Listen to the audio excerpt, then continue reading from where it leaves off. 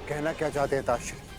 ये चाहते हैं कि हम इन्हें इंद्रप्रस्थ दे दें। और मैं चाहता हूं कि मैं यही सारे कौरवों को मृत्यु दे दूं। मौन रहो भीम। मैं यहाँ न्याय का सबको बराबर का अवसर देना चाहता हूँ, ताकि कोई ये न कह डाले कि हस्तिनापुर में किसी के साथ अन्याय हुआ है।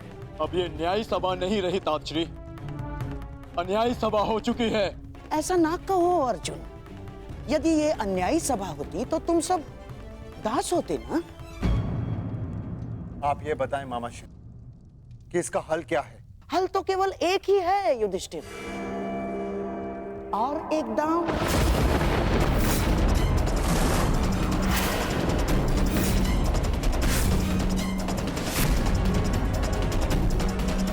घबराओ मत पुत्रों, इस बार न राज्य दांव पर लगेगा और ना ही सम्मान,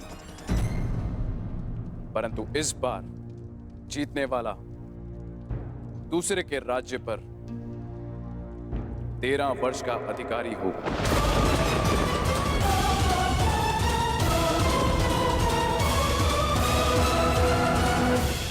और हारने वाले को 12 वर्ष का वनवास और 1 वर्ष के अज्ञातवास पर जाना होगा। और हाँ, यदि इस अज्ञातवास में अज्ञातवासी पकड़ा गया या पहचान लिया गया तो फिर से 12 वर्ष का वनवास और 1 वर्ष का अज्ञातवास। बोलो पुत्र, स्वीकार है? न्याय का केवल एक ही मार्ग है जो शेष है, एक ही मार्ग है जो धर्म की ओर जाता है। धर्मराज, कहो, क्या स्वीकार है तुम्हें ये मार्ग?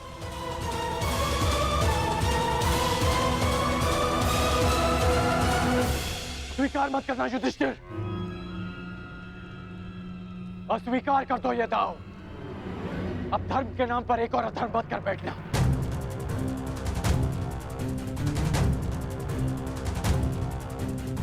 मौन मत रहो युधिष्ठिर, अन्यथा इतिहास तुम्हें कभी क्षमा नहीं करेगा। मत खेलना ये दांव। महाराज धृतराष्ट्र मेरे पिता तुल्य हैं। पितामह, आचार्य द्रोण और काकाश्री सब यहाँ उपस्थित हैं और सबकी उपस्थिति में मुझे ये दांव खेलने को कहा जा रहा है। कदाचित ये दांव अधर्म, मैं इस दांव को ना कह सकता, इस अधर्म को ना कह सकता, परंतु बड़ों की आज्ञा का पालन करना ही मेरा धर्म है। मैं इस धर्म को ना नहीं कह सकता। तुम तो धर्म और अधर्म की परिभाषा ही भूल गए हो। क्या तुम्हारी स्मृति इतनी दुर्बल है कि तुम भूल गए कि कुछ ही क्षण पहले जहां क्या अनर्थ होते होते रह गया, तुम दास बनते बनते रह गए। तुम्हारी पत्नी का मान भंग करने का प्रयास किया गया।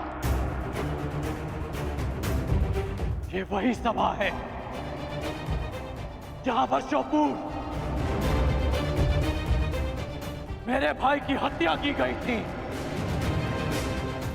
और आज एक स्त्री का मान भंग किया गया।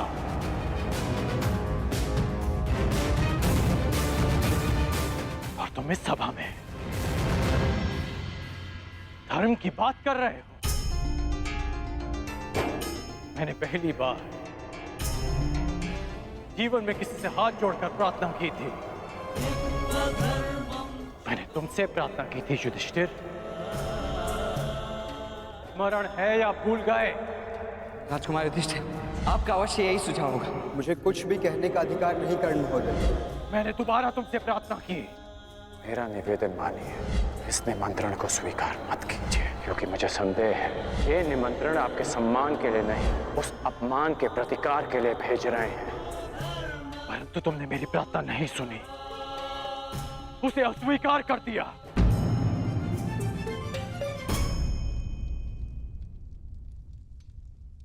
मैं अंतिम बार तुमसे प्रार्थना कर रहा हूं, ये दांव मत खेलना। और यदि तुमने मेरी ये प्रार्थना भी अस्वीकार कर दी तो इतिहास का तो पता नहीं, परंतु मैं तुम्हें कभी क्षमा नहीं करूंगा। तुम्हारे लिए मेरी घृणा और भी बढ़ जाएगी युधिष्ठिर। ऐसी मूर्खता मत करना। मेरे धर्म के मार्ग पर ना ही मुझे किसी की क्षमा की चाह और ना ही किसी के घृणा का भय। और इस समय मुझे लगता है कि ताशरी को अन्याय से बचाने के लिए ये खेल खेलना ही मेरे लिए धर्म है।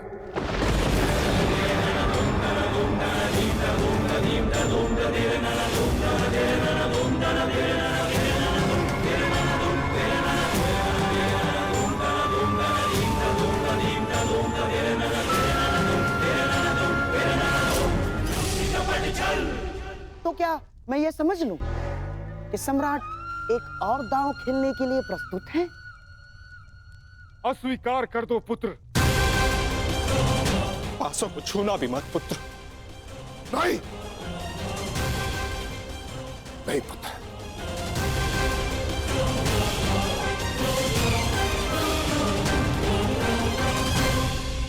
मुझे ये दाव स्वीकार है।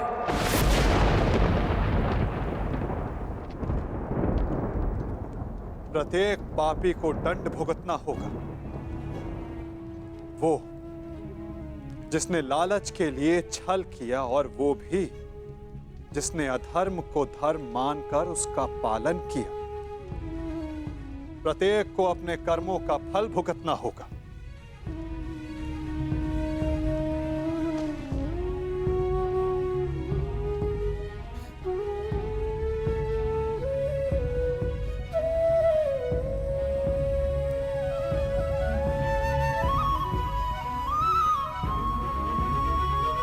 परंतु ऐसे नहीं, पलकों पर अश्रु लेकर नहीं।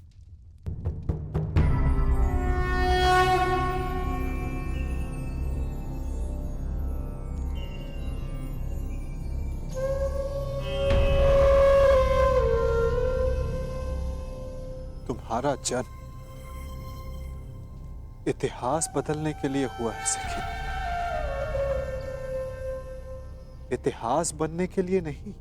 इसीलिए प्रतिशोध नहीं, तुम्हें न्याय का मार्ग चुनना होगा, क्योंकि प्रतिशोध अन्याय को जन्म देता है और न्याय एक नई व्यवस्था की स्थापना को।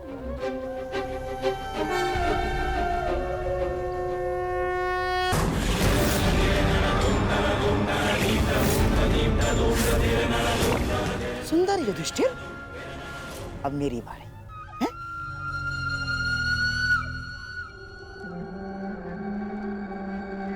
पांडवों के वनवास जाने पर उत्सव मनाने की तैयारी शुरू कर दो। पांडवों की हार निश्चित है। परंतु ये केवल मेरी नहीं, स्त्री के सम्मान की हार है सखा। मुझे प्रतिकार चाहिए, नाश चाहिए कौरवों का केशव। केवल दुर्योधन का, केवल कौरवों का, बस यही उद्देश्य है जीवन का। यदि ऐसा है तो चलो अभी चलते। तुम्हारे अश्रों की सौगंध वासुदेव अभी जाकर समस्त कुरुकुल का नाश कर देगा। परंतु एक बार सोचो, उसके पश्चात क्या होगा? संसार का मार्ग बदलने वाली पांचाली के इस प्रयास को लोग क्या कहेंगे? प्रतिशोध या न्याय की स्थापना? तुम्हें प्रत्येक स्त्री के मान के लिए न्याय व्यवस्था की स्थापना करनी है सखी, केवल दुर्योधन को नहीं, उस सोच को दंड देना है जो स्त्री के मान को पुरुष के दम के पांव के नीचे ले आती है। तनिक सोचो सखी, जिन्होंने साम्राज्ञी के साथ ऐसा किया, वो एक साधारण नारी की क्या गति करेंगे? तुम्हें एक उदाहरण बनना होगा द्रौपदी। ताकि धर्म के नाम पर अधर्म का स्वांग बार बार रचने वालों के मन में धर्म का भय व्याप्त हो सके।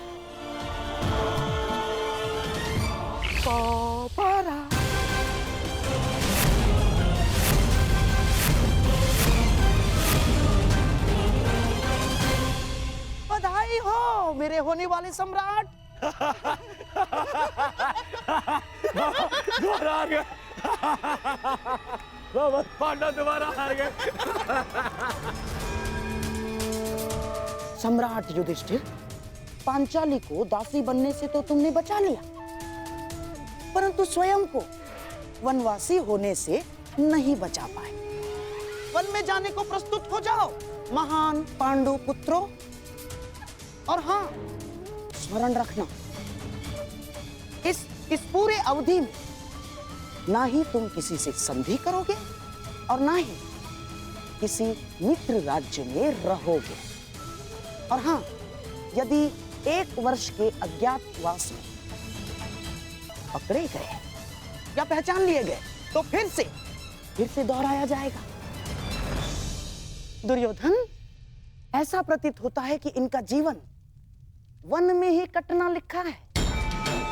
अब तुम ही बताओ, जन्म वन में लिया, विवाह वन में किया, और अब काल का सामना भी कदाचित वन में ही करोगे।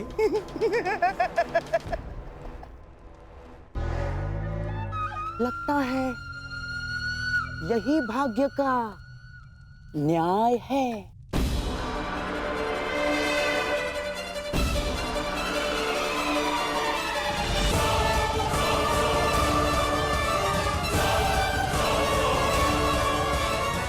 काल का सामना आप करेंगे मामाश्री, क्योंकि इस अन्याय का प्रतिशोध हम लेंगे, न्याय लेंगे हम। तुम्हें न्याय मिलेगा। प्रत्येक पापी को उसके किए अधर्म का दंड मिलेगा। प्रत्येक के कर्मों का फल उस तक लौट कर आएगा सखी। 13 वर्ष पश्चात हम फिर लौटेंगे और इस बार आज्ञा नहीं, हम अपना अधिकार लेंगे।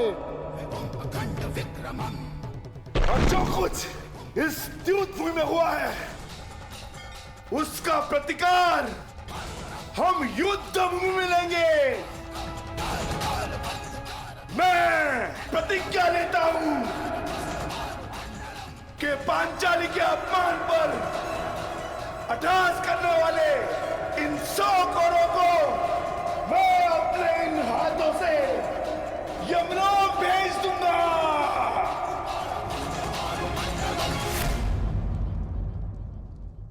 ये मत समझना कि वन में हम विश्राम करेंगे दुर्योधन। हर पल प्रतिशोध की अग्नि में जलेंगे और जब लौटेंगे तो इतने बाण बरसेंगे, अंधकार छा जाएगा हस्तिनापुर के भविष्य पर। महायुद्ध होगा।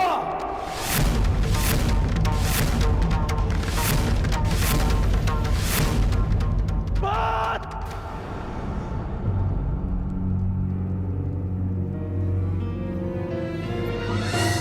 किस बात का प्रतिशोध अर्जुन? आज द्रौपदी का सम्मान भंग हुआ तो उसका कारण दुर्योधन के प्रतिशोध से अधिक युधिष्ठिर का लालच था। और अब वनवास भी तुमने स्वयं पाया। मैं ये नहीं कहता इस सभा में जो हुआ वो उचित था। दुर्योधन ने जो किया वो धर्म था। तुमने भी अधर्म किया। तुम्हारे साथ जो हुआ उसका कारण तुम्हारा मिथ्या धर्म है, तुम्हारा लालच है। तुम्हें लगा कि एक बार और युद्ध खेलकर कौरवों को सदा के लिए वन में भेज दोगे। तुम्हें लगा कि यही अवसर है, खेल लो। परंतु अवसरवादी वीर नहीं होते। वीर वो होते हैं जो हर क्षण को अवसर बना दे। यदि आज तुम ये दूसरा दांव ना खेलकर युद्ध करते तो सौगंध अपने गुरु परशुराम की कि अपने आत्मग्लानि के निराकरण के लिए मैं स्वयं अपना कवच निकालकर तुम्हारे चरणों में रख देता और तुमसे कहता कि मेरा सर धड़ से अलग कर दो, परंतु तुम सब कायर हो। तुमने युद्ध चुना, युद्ध नहीं। द्रौपदी का मान भंग करने के उत्तरदायी तुम पांचों भाई हो। जब देखो नियम और धर्म का बखान करने वाले, जानते भी हो कि नियम और धर्म क्या है। नियम और धर्म वो होते हैं जो समाज और मनुष्य के कल्याण के लिए होते हैं, और जो नियम और धर्म विनाश ले आए वो अधर्म है। और इस बार ये अधर्म तुम सब ने किया है। धर्म और अधर्म का निर्णय इस सभा में नहीं होगा कर्ण। बीतने दो 13 वर्ष, उसके पश्चात होगा यह निर्णय। उन 13 वर्षों के पश्चात कर्ण युद्ध भूमि में तुम्हें सबसे आगे खड़ा मिलेगा। तुम भाई जिसे धर्म युद्ध कहते हो, मैं उसे तुम जैसे धर्म को ना समझने वालों के विरुद्ध महायुद्ध कहता हूं। ये युद्ध प्रतिशोध के लिए नहीं होगा, ये धर्म युद्ध होगा। धर्म और न्याय की स्थापना के लिए होगा, साधुओं के परित्राण के लिए, दुष्कर्मियों के नाश के लिए होगा। जब खेत में खरपतवार इतनी बढ़ जाए कि रोकी ना जा सके, तो उसे जलाकर भस्म कर दिया जाता है, ताकि उसकी भस्म की नींव पर नई फसल जन्म ले सके। एक नए संसार के लिए, एक नई व्यवस्था की स्थापना के लिए, सुनहरे भविष्य के लिए, कलंकित वर्तमान के विरुद्ध युद्ध होगा। इस सृष्टि का सबसे बड़ा युद्ध होगा। उनके विरुद्ध जिनके हाथों में मैं भारत का भविष्य सुरक्षित नहीं समझता। तुम्हारे धर्म की विद्या सोच और मेरे परिवर्तन की प्रतिज्ञा के मध्य होगा महायुद्ध, होगा महाभारत। ऐसा युद्ध जो ना पहले कभी हुआ है, ना इसके पश्चात होगा। होगा महाभारत।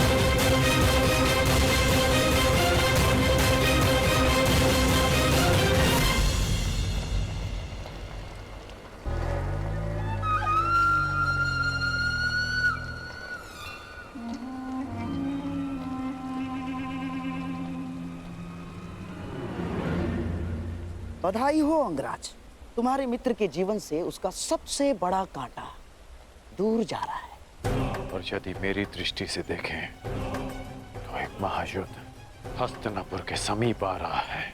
ना, कोई युद्ध मेरे दुर्योधन के निकट नहीं आ सकता अंगराज।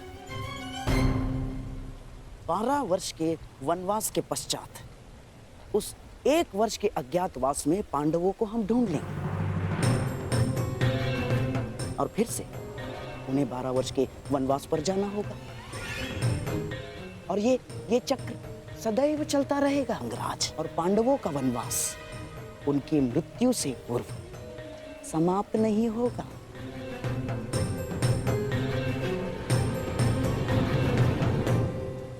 और यदि समाप्त हो गया तो द्यूत नहीं, युद्ध होगा, जहां आपके पासे भी काम नहीं आएंगे गांधार राज। पासे काम आए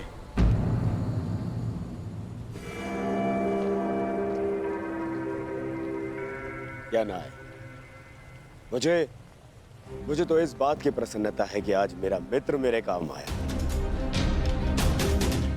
आज जिस तरह से जो कुछ भी तुमने किया, जो तुमने मेरा साथ दिया, जो उन पांडवों को उत्तर दिया, मैं बहुत अभिभूत हुआ मित्र।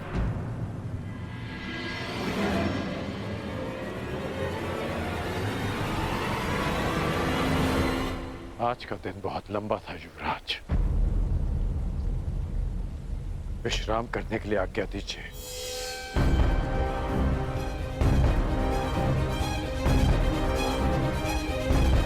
अब मित्र,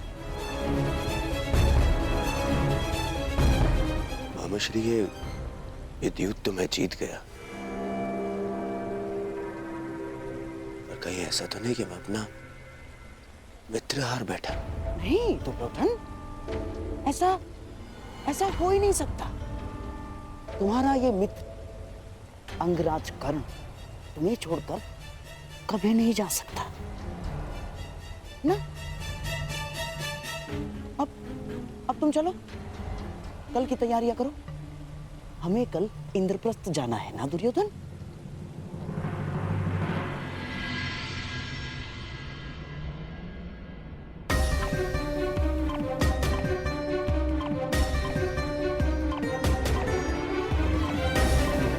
ये भूमि पर जलने के चिन्ह कैसे हैं? ये पांचाली के चरणों के चिन्ह, उसके मन की अग्नि उसके तन को जला रही है।